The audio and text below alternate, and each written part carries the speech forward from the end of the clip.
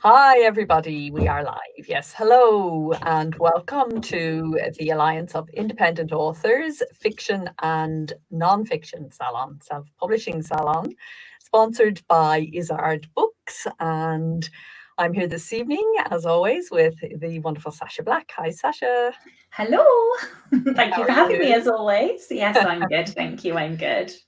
In a A bit of bank. a hollow room, though. So if anyone experiences funny sound from me, I apologise. My room is a bit empty today. It's she's on the move again. This woman's always on the move. Yeah. So you're all packed up and ready to go?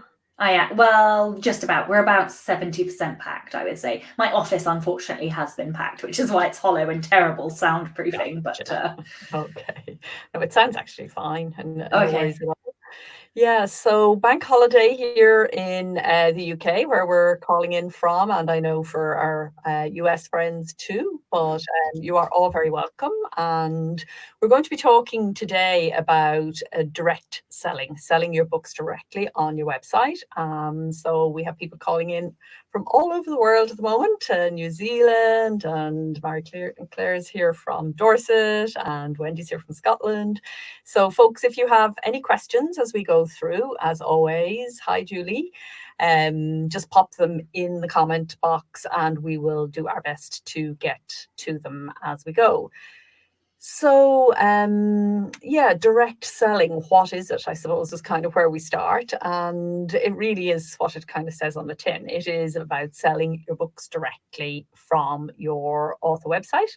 We were chatting before we came live, and Sasha, you were saying you're going to get yourself organized for direct selling for the first time shortly. Yeah, so I did, well, for the second time. So I did have book sales direct probably about a year and a half ago. And then I went through a load of website changes and I just dismantled it whilst I was changing up the website. And I just failed to put it back on. So yes, in June, that's happening. Great. And particular reasons why you're going in that direction? I think it's generally I think there are a lot of influencers who are talking about this, therefore I think it is a hot topic. I also think that any way in which I can have more control is a good thing. And being able to sell direct to my readers, have that one-to-one relationship, because I am both the author, the seller, the communicator between me and my readers, is only but a good thing. So yes, also there are a plethora of other reasons, like high royalty rates or commission rates, whatever the correct terminology is. But so you get paid more as well, which is only a good thing for me. And yeah, so I don't know. Have you got yours set up now? Yeah, I've been set up for years. I actually always felt that my own websites were the heart of my author business, and so it's always been fairly key for me. And I know that's unusual in that most, certainly for, during the era that we call self-publishing 2.0, which was the ebook and e-reader era, most people thought about Amazon as their main outlet and provider, and then there was a lot of emphasis in the community on going wide and being available in more platforms. And because Amazon, of course, only reaches a certain part of the world, 13 territories at the moment, a good spread, definitely, but there are 190 countries you can actually be selling in if you mix it up and go wide. And from your own website, you can sell anywhere globally. Of course, selling is much more than distributing, and we'll get to that in a few moments. But I'd just like to kind of touch off that point, that important point about Amazon, first of all, because one of the big downsides of selling directly on your own website, as an exclusive strategy, let's say. And as I say that, I want to emphasize we're not suggesting this should be exclusive. Selling direct, for very few, I've only known one author who that was the way they did it. They just sold their books directly. For almost everybody, it's going to be one of the ways in which you offer your books for sale. And then it's up to you in terms of how meaningful it is as an actual outlet, because like every other outlet, they're not going to sell just because they're available there. You're going to have to bring your readers to the point of sale to purchase the book, and then how you do that. But if you sell on Amazon or one of the other online retailers, you've got their algorithms, their exposure, you know, their whole machine that they've set up to sell books. And you know what can happen with a book on Amazon, which can't really happen on your own site, is that it gets picked up, and with the algorithm and the also vaults and everything else begins to kick in, and you get access to readers that you would never have been able to reach directly yourself. And so, you know, it's possible to have different strategies for different books, and it's possible to do things in different ways. But the main thing I think to say is that having that access of selling direct is a very good way to set yourself up for a long-term sustainable income. And a lot of people spend a lot of money on ads bringing their customers to Amazon, when it might make sense for them to be bringing their customers to their own site. I just wanted to add there, if you are exclusive to Amazon, then you absolutely cannot sell your ebooks from your website. So that is one thing just to make absolutely clear. If you are in Kindle Unlimited, then you cannot sell your ebooks from your website. Your paperback books are a separate matter because they are not restricted in the same way by Kindle Unlimited rules. But yes, just to be absolutely clear, even though it's your own website, it still counts as another distributor. Yeah, that's a very important point. For that book that is exclusive, of course, it's possible to be exclusive with one book and not with another, and that's absolutely fine. And then, of course, there are audiobooks, which also have, depending on your outlet, you know, you will have to make a choice there as well about exclusivity versus non-exclusivity. And I guess this is a good place to say that, in general, all things being equal, Ally would recommend that your best bet for long-term sustainable income that you can scale and count on, and that you know is yours, and it gives you the most control in your author business, is not to have all your books exclusively with any one self-publishing platform or with any one trade publisher, but to spread your publisher. Each book you have is a bundle of intellectual property that can be spread around in all sorts of ways. And so non-exclusivity is actually a watchword for independence. It's very difficult to be independent if you're completely dependent on one outlet. So Thomas J. Sims has just said, or just asked, but that's only Kindle Select, right? Yeah, so what we're saying is with Kindle Select, Kindle Unlimited, they ask that you are exclusive only to them with whichever book or books you have chosen to put into Kindle Select. So if you have published your books elsewhere, then that book is not exclusive to Amazon, and therefore you can publish it and sell it directly on your website as well. Yes, exactly. So we're not talking about just publishing on Amazon, we're talking about being in their exclusivity program. Yeah. And watching out for that word exclusivity in any contract that you ever come up against, or any self-publishing agreement that you press the I agree button, because of course you all read the self-publishing agreements before you press the I agree button, don't you? Okay, so yeah, so that's, yeah, go on. Yeah, sorry, I was just going to say, we touched on a couple of the things that are, benefits of doing this. But why bother? Why should we bother doing this? Why should we sell directly from our own author websites? What are the benefits of doing this? Well, I think the first one is the one that you brought up. You will get significantly more per book if you sell it directly than you do going through, we get a generous 70% at most when we distribute on online platforms. And if we license our rights, we're getting, a much smaller percentage again. So selling directly to our own readers, we get a larger proportion of the actual sale of the transaction. But perhaps more importantly, we develop this very close connection to the reader, and we build, they become part of our email list.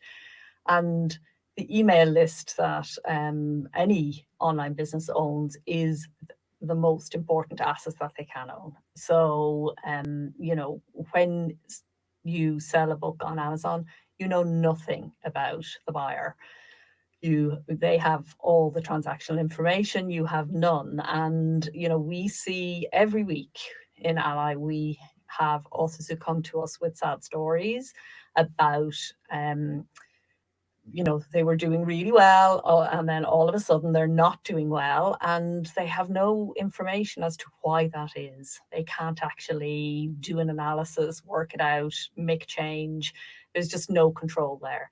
So higher revenues and greater control and ownership of the email list, for me, they're the three things that are really important that over time you can build on. So selling direct is not a short-term strategy unless you've got an amazing product, and we'll come to other products in a bit. Unless you've got an amazing something that you're selling, promoting well, big profits, and it's on a roll for you, then in the short term, great.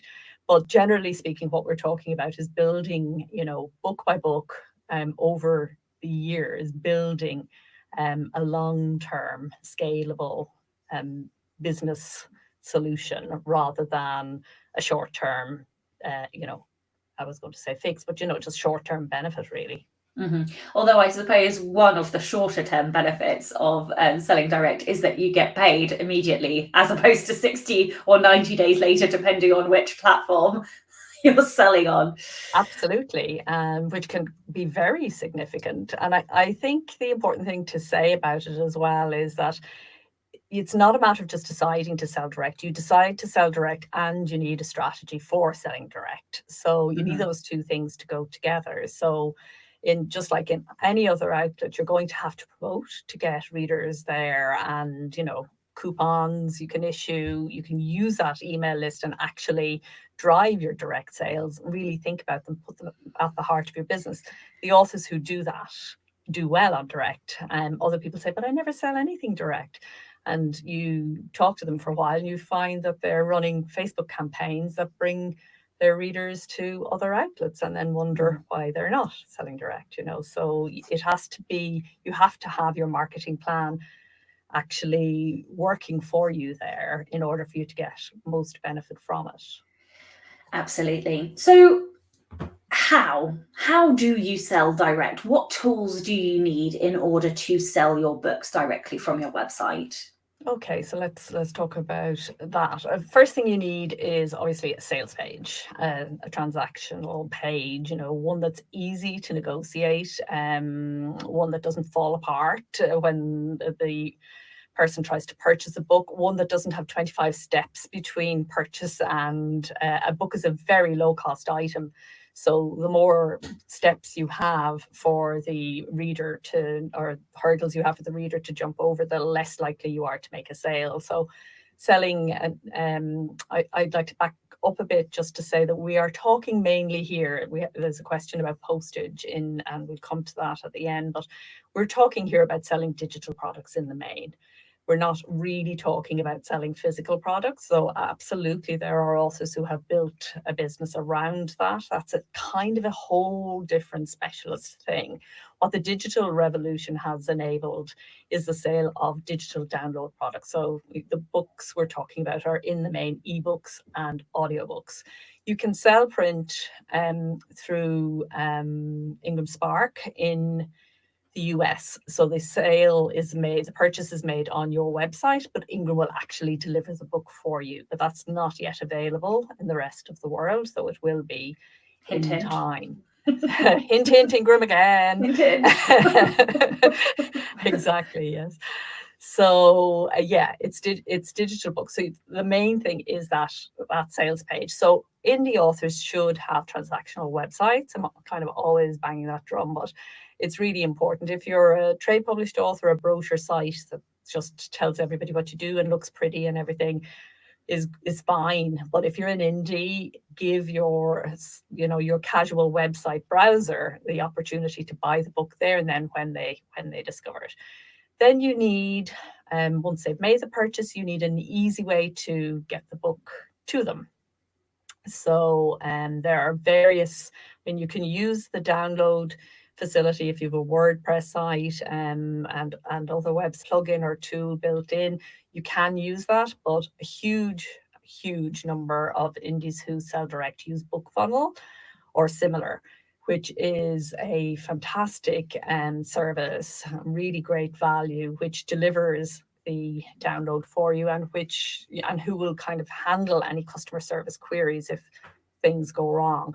When I started out selling ebooks, then exclusively, it was such a nightmare. The tech was constantly breaking and people weren't getting their books and answering emails. Nearly every day there would be an email from somebody who had something had gone wrong in the transaction. That was partly my tech terribleness, but mainly it was just terrible tech. Whereas now with BookFunnel, it's a very smooth process. So yeah, making it really easy for them to buy. Only ask for their email address. Don't ask for their street address unless it's a physical product. You don't need it. It is of no benefit to you and it slows the transaction down. You will lose sales if you do that. Just make it all really simple. Okay, so we've had a string of questions, which I'm just going to summarize some of the points that we've mentioned. So to be absolutely crystal clear, there are two ways to sell digital books on Amazon. One is to sell the book. And if you're selling just the book, the digital book on Amazon, you can also sell the book digitally on other stores like Barnes & Noble, Apple or iBooks, whatever it's called now, and Kobo, etc., etc. The other way to sell digital books on Amazon is to sell through Kindle Unlimited or Kindle Select, all of its many and various wonderful names that it has. If you do that, you are exclusive, which means you cannot sell that digital book anywhere else. So if you are in Kindle Unlimited / Kindle Select, then no, you cannot sell your digital book on your website. If you're in the first camp and you are selling your book on Amazon and on other locations, then yes, you can sell your digital books on your website as well. So that's just clarity on that one. The second point is lots of questions about print books. And just to reiterate, we are mostly talking about digital books at the moment. And whilst you can sell print books on your websites, that's not really the topic of this conversation today. The topic today is mostly about selling digital books. And sorry, the last point, somebody asked about Ingram Spark delivering. At the moment, yes, you can sell a print book from your website only if you are based in America. And yes, then Ingram Spark will deliver that to your reader. If you're anywhere else in the world at the moment, unfortunately, that option isn't available, but we're hoping that it will be available soon, please. Yeah, it's through a function of theirs called Aereo, which is only available to US purchases at the moment. And it's one of the great things about Ingram Spark is they box a book and send it, and your reader will never know that did not come from you. It doesn't seem to have come from that. It seems to have come from you. So that is something that we all will have in time, either through Ingram or through some other service. For most authors, the packing, the packing slips and the going to the post office and the postage, all of that is such a time gobbler that most authors are not interested or prepared to do that. So, yeah. Okay. So did we cover? I guess we've kind of covered the tools, or yeah. Are there any other tools that you can? So I didn't actually speak about. The actual managing of the transaction, and that's pretty important. And there are some tools that are available that make that easier. So again, on WordPress, you can use WooCommerce, which is their built-in e-commerce function. And again, lots of websites have other alternatives, lots of different ways you can pay. I mean, way too many for me to even begin to talk about them. PayPal is obviously the main seller of digital goods for authors, and most indie authors sell using PayPal. But just going directly with a PayPal button and taking the transaction in your site gives you, again, some headaches that various companies have jumped up to kind of help. So if you sell directly on your website, there are tax implications in certain countries. So digital goods have particular taxes applied to them in lots of different countries around the world. And this is a really complex area, and it's different tools handle it differently. So I'm going to take the two examples. There are a number of services like Sells and PayHip and Gumroad and others who specialize in selling digital products online, and you pay them on top of the PayPal transaction fee. You pay a small percentage to them as well for managing it. And what a number of them do is they manage all that tax business for you. So, but they manage it quite differently. So you need to check when you're working out which one you want to use. You need to check that you're getting the level of service that you want. So just comparing Woo with, say, PayHip, WooCommerce will work out the sales tax for you in the different countries, but it will be up to you to actually allocate and make sure that your tax obligations are met. Whereas PayHip will look after everything for you. It will do the allocation and it will do the actual payment. So that will happen at the point of transaction. So Sells, I think, also does that. I'm not as familiar with Sells, but you need to check is the point. Again, you need to read the agreements that you're signing up for, and you need to be aware of the fact that in selling direct, you have some tax implications. Now, loads of indies go, tax, I'm gone, I'm out of here, it's too complicated. But I would really urge you to not think that way. It is actually not a big deal. And especially if you do use a service like PayHip, it's really not a big deal at all. They will look after all of that for you. It definitely shouldn't stop you in your tracks if this is a way you'd like to go. Absolutely. So we've got about 5-10 minutes left. So should we talk about some of the other exciting things that you can do? Because once you have this mechanism and facility set up, there are lots of other exciting things that you can do. So obviously we've mentioned audiobooks and we've mentioned books, digital books, but there are other things you can do. And I am of the opinion that it is using these other things that will really generate the traction and build your direct selling, what's the word? I can't think of the word. Anyway, so some of the other things, mojo, yeah, like authority, that's what I want to say, kind of authority. Anyway, so things like, so my point is doing things that you are not already doing. So we obviously all sell books on various different platforms, but what else could you do? Could you sell a collection of short stories? You can't really sell a 2,000 word short story on Amazon because you can't really price it appropriately, but you could price it appropriately on your website. Or you could bundle 4 or 5 of these together and sell some short stories connected in one of your worlds. You could also sell or even not sell but deliver audio snippets, so introductions to your audiobooks. You could also bundle together very, very long series. Let's say, for example, you've got 10 books or 12 books in your series, and you could sell that only from your website. Now, one of the difficulties with bundling box sets together of lots of books, when in particular on Amazon, is that once you go over the $9.99 price, you then are put on the lower royalty rates. So obviously there are other stores that don't do that royalty change, but on Amazon, it does. So you could bundle your entire series together and sell it from your website and get a whole bunch of cash because you are not going to be penalized on the royalty rates. Yeah, so that's just a couple of ideas of other things that you can do. I don't know if you wanted to add anything or... Yeah, I think also, authors have different business models, and sometimes it's not always just about selling books. Many authors supplement their income, or nonfiction authors provide maybe coaching and mentoring services, or there are all sorts of things that we do that maybe, you know, further our mission as authors, but are higher price products, because books are actually an extremely low price product for the amount of time it takes to make them.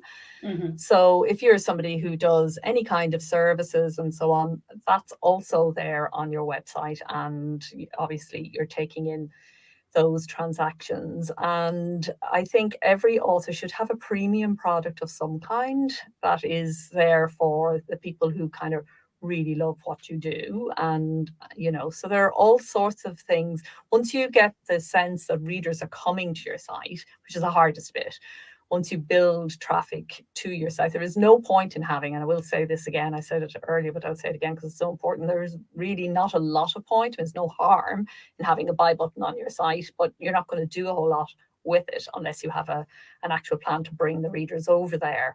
Once you're doing that, then you begin to think, oh, I could do this. You know, it can be quite creatively opening in terms of what you can and can't sell. And I think sometimes that we're a little bit too linear in our thinking as publishers, in terms of, you know, what our readers can tolerate and what they might enjoy. It's well worth doing some creative thinking about how you can supplement your books. And maybe your book isn't actually the sale, but your book is included in a bundle of, you know, alongside a service perhaps, or whatever. Really, you're limited only by your creativity and your imagination in terms of what's possible once you're getting the traffic to come over to your site.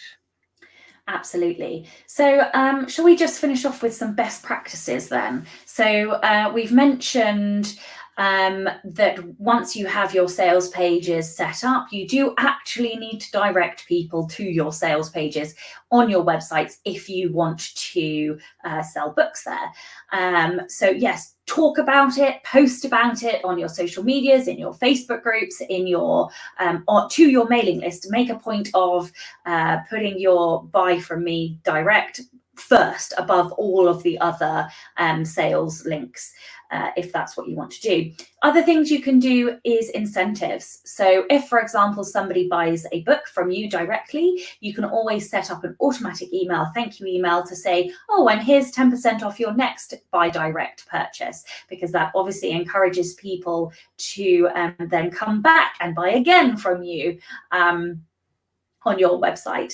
Other things, keeping your sales pages clean, clutter-free, simple, ensuring that the transactional process is seamless. Test it again, and test it again. Test it yourself, get a partner or a friend to test it for you, just to make sure that you have tested all of the integrations, all of the bits of software. And yeah, I guess anything else you want to add? Fantastic. 3 questions that I'll just tip that came in at the end there just before we go. So Nadia is asking, if I'm based in the UK, do I need to worry about US tax if someone from America buys something? Yes.